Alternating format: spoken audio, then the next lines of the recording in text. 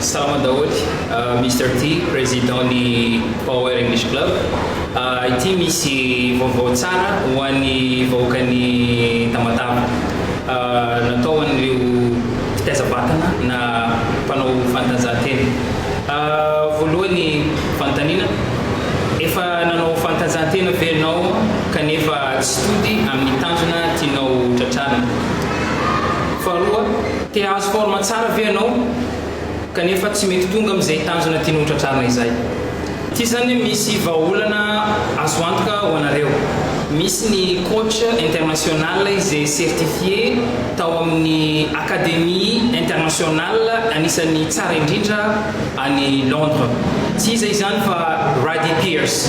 Mandalo eo Tamatave izy ary vonona ny zara ny tsara indrindra avy aminy. Anisan'ny solution izay omenao dia ny kotrana zany.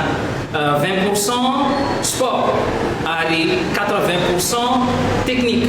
Technique ni auto coaching. Ny technique ni auto coaching zany ianao ihany no mampianatra ny tenanao. Zany hoe maleo tena aorian'ny fizarana. Anisan'ny mampiavaka ny coach Raddy Pierce dia manome solution technique zany personnalisé mifanaraka amin'ny tanjon'ny tsirairay. Ary misy ihany koa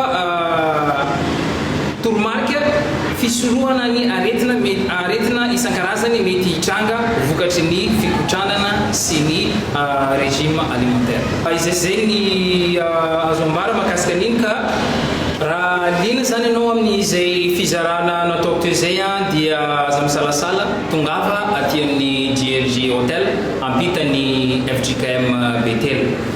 Na antsoy mivantana ny tenako 034 04 647 04. Averiko indray 034 04 647 04. Izay nazo ambara efa fantatrao zany ny tokony atao ka anareo zany sisa no andrasana afanay manampy anareo. Misaotra na ianao hatramin'ny farany. Veloma.